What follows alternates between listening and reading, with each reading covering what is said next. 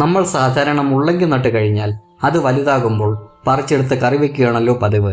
എന്നാൽ ഈ മുള്ളങ്കി പറിച്ചെടുക്കാൻ കുറച്ച് വൈകിയാൽ നമ്മുടെ തോട്ടത്തിൽ വിരിയുന്ന ഒരു സുന്ദരൻ കാഴ്ചയാണ് ഇന്ന് ഞാൻ നിങ്ങൾക്ക് കാണിച്ചു തരുന്നത്.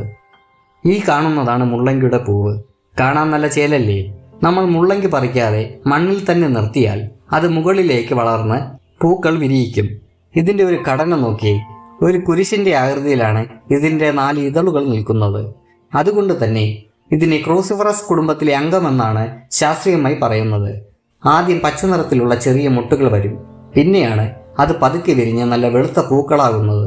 കൂടുതലും വെളുത്ത നിറമാണെങ്കിലും ചില മുള്ളങ്കി ഇനങ്ങളിൽ ചെറിയൊരു വയലറ്റ് കലർന്ന പിങ്ക് നിറമൊക്കെ വരാറുണ്ട്. പൂവിനുള്ളിലെ ആ ചെറിയ മഞ്ഞ നിറം കൂടി കാണുമ്പോൾ സംഗതി ജോറാണ്. പലരും ചോദിക്കാറുണ്ട്, ഇതിന് മുള്ളങ്കി കിഴങ്ങിൻ്റെ അതേ രുചിയാണോ എന്ന്.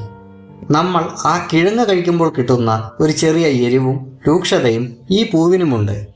അതിൻ്റെ കൂടെ ചെറിയൊരു മധുരം കൂടി ചേരുമ്പോൾ സംഗതി വെറൈറ്റിയാണ്. പച്ചയ്ക്ക് കഴിക്കാൻ നല്ല ക്രിസ്പിയുമാണ്. ഇത് വെറുമൊരു അലങ്കാര പൂവല്ല. വിദേശത്തൊക്കെ സാലഡുകൾ അലങ്കരിക്കാനും അതിന് നല്ലൊരു രുചി കിട്ടാനുമൊക്കെ ഈ പൂക്കൾ ഉപയോഗിക്കാറുണ്ട്. നമ്മുടെ നാട്ടിലാണെങ്കിൽ നമ്മൾ മുള്ളങ്കിയില തോരൻ വയ്ക്കുമ്പോൾ ഈ പൂക്കളും അതിലേക്ക് ചേർത്താൽ മതി. പിന്നെ മറ്റൊരു ഗുണം എന്താണെന്നോ, ഈ പൂക്കൾ ഉണ്ടെങ്കിൽ ഇഷ്ടം പോലെ തേനീച്ചകളും ശലഭങ്ങളും നമ്മുടെ തോട്ടത്തിലേക്ക് വരും. അത് മറ്റ് ചെടികളിലെ പരാഗണത്തിനും വലിയ സഹായമാകും. ഏറ്റവും പ്രധാനപ്പെട്ട കാര്യം, ഈ പൂക്കൾ നിങ്ങൾ പറിക്കാതെ അവിടെ തന്നെ നിർത്തിയാൽ ഇത് ഉണങ്ങി അതിൽ നിന്ന് നമുക്ക് മുള്ളങ്കി വിത്തുകൾ കിട്ടും. അടുത്ത തവണ കൃഷി ചെയ്യാൻ വിത്ത് കടയിൽ പോയി വാങ്ങണ്ടല്ലോ. അപ്പോൾ ഇനി മുള്ളങ്കി കൃഷി ചെയ്യുമ്പോൾ കറി വയ്ക്കാൻ മാത്രമല്ല, ഇതുപോലെ കുറച്ച് പൂക്കൾ വിരിയാനും കൂടി കുറച്ച് ചെടികൾ അവിടെ നിർത്തി നോക്കൂ.